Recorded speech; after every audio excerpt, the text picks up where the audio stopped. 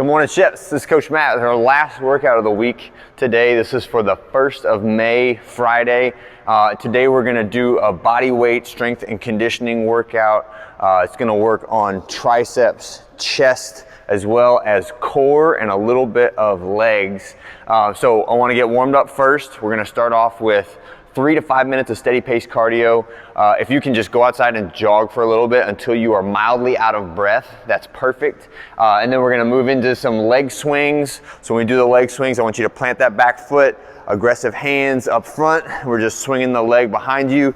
If you wanna plant your toe and relaunch every rep, that's fine. If you wanna keep it up and work on a little bit of balance at the same time, that's great. And a lot of the simple things that we put into the warm-ups are actually athletic purposes. And one of those is balance, right? You all agree, no matter what sport you do, that balance is an important part of it. And it's not just playing the sport that will help you improve that balance, but some of the littler things, like when we do our little balance reach drills, single leg deadlifts, leg swings, forward and lateral. Those are fantastic for helping with your balance, and that is gonna make you a better overall player, especially if you're a multi-sport athlete. Drinking bird is the next one. So drinking bird is a hamstring stretch exercise. So I'm gonna take a short step, both knees bent, and I touch my thumbs to my hip bones, and using my pressure from my thumbs, I'm pushing them backwards until I feel a good stretch in that front hamstring, and then I stand up straight, squeeze, bend those knees and do it again, right?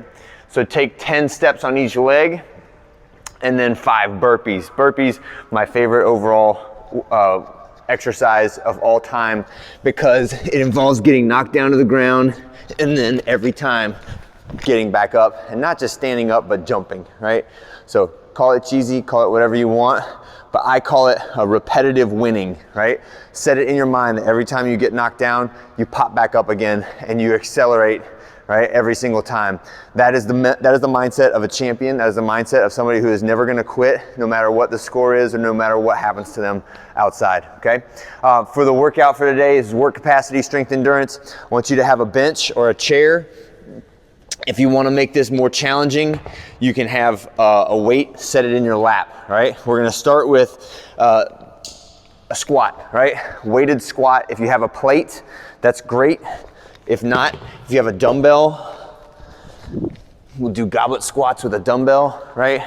But either way, we're going to squat and we're going to go for a lot of reps. And I am intentionally putting more reps in this than you can do in one set. And the purpose of that is for you to challenge yourself, challenge your limits, challenge what you think of as the point which you can't go any further, right? If that's 30 reps, then I want you to try for 31. If it's 15 reps, I want you to try for 16, right? So you're gonna do 100 of those weighted squats, then we're gonna do 30 dips.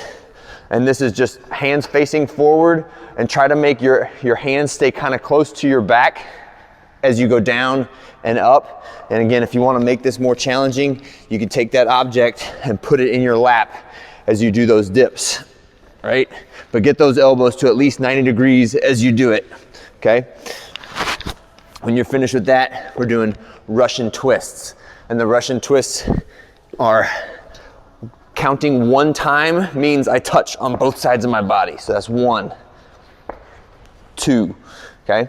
And that is the way we'll do it. So a 100, and then 30, and then 20.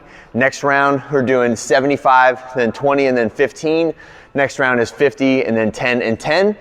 When you finish that entire 3 sets, counting down in reps, we're gonna do our cool down and mobility work for the week, and that is foam rolling, quads. When you do that, if you don't have a foam roller, you can go to the hardware store and just buy a short piece of 5-inch PVC pipe, right?